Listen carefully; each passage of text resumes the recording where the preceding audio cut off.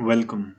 Today we are going to learn how to perform aspiration of synovial fluid from the knee. Now, synovial fluid is defined as the collection of fluid which is confined within a joint space.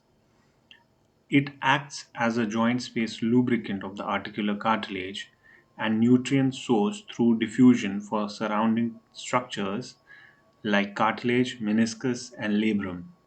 Synovial fluid is produced as an ultrafiltrate of blood plasma and is primarily composed of hyaluronic acid, lubricin, proteinase, collagenases, and prostaglandins. Synovial fluid production is made by fibroblasts like type B synovial cells. Now I shall demonstrate the procedure of arthrocentesis or synovial fluid aspiration from the knee joint. A 50-year-old male patient presented with an acute monoarticular right knee effusion since last 15 days.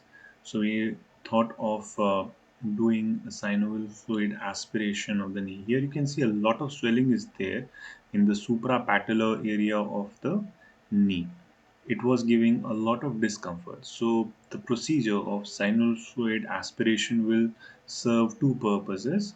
One will be diagnostic and the second will be therapeutic. That will cause a lot of symptomatic relief. Now, the most important step in this aspiration uh, procedure will be thoroughly cleaning the area with 5% betadine solution and letting it dry. Now I'm using a 16 gauge needle which is mounted over a 20 cc syringe, and I'll be entering into the suprapatellar area. Here I'm entering my needle roughly around 5 centimeters above the lateral border of patella into the suprapatellar pouch. Now once the needle has gone in, you can see on aspiration the synovial fluid is getting collected in the syringe.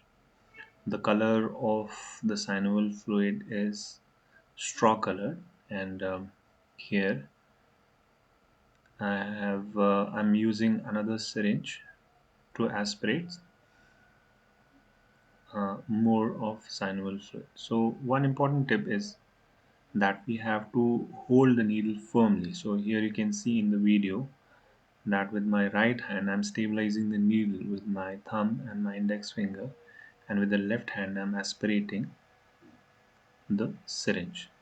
So that is very important. So you do not want your needle to migrate anywhere or to come out of the knee. So stabilizing the needle is very important. So the third syringe I'm using, third syringe is getting filled. Here you can see, and with each syringe that I'm aspirating synovial fluid, you can see the swelling is slowly reducing in size.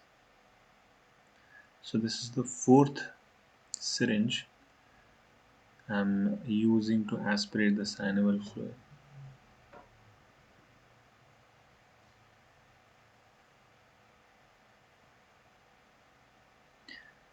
So in this patient, around 100 milliliters of synovial fluid was aspirated, and you can see the difference of the initial and post aspiration. The swelling has subsided, and once the aspiration is complete, the needle is removed and an aseptic dressing is done. So what do we do with the synovial fluid? The synovial fluid is subjected to a macroscopic examination where we see the color of the synovial fluid and viscosity, while the synovial fluid is sent for biochemistry and microbiology for tests like total leukocyte count, differential leukocyte count, sugar levels, lactate dehydrogenase levels, uric acid levels, proteins, crystal analysis, gram staining, microbial culture, and antibiotic sensitivity. Now once the test is done, we get an idea about the type of condition, the underlying condition. So we broadly divide the findings of the synovial fluid analysis into normal, non-inflammatory type, and inflammatory type, septic, and hemarthrosis. In case of septic arthritis, the WBC count will be more than 50,000 cells per millimeter cube, with polymorphs being more than 75% of them, and the gram staining and microbial culture will be positive. In case of crystallopathies like gout and pseudo gout, crystals can be seen, and here, as you can see in the picture. Also, in case of hemarthrosis, which are usually seen in traumatic conditions, there will be the gross appearance of the synovial fluid will be bloody, and there will be um, a variable viscosity of the synovial fluid.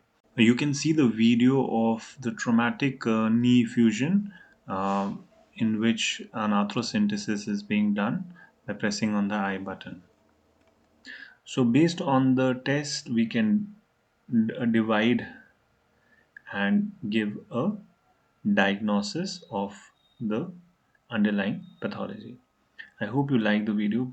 If you did, please like, subscribe, share, and comment. Thanks for watching.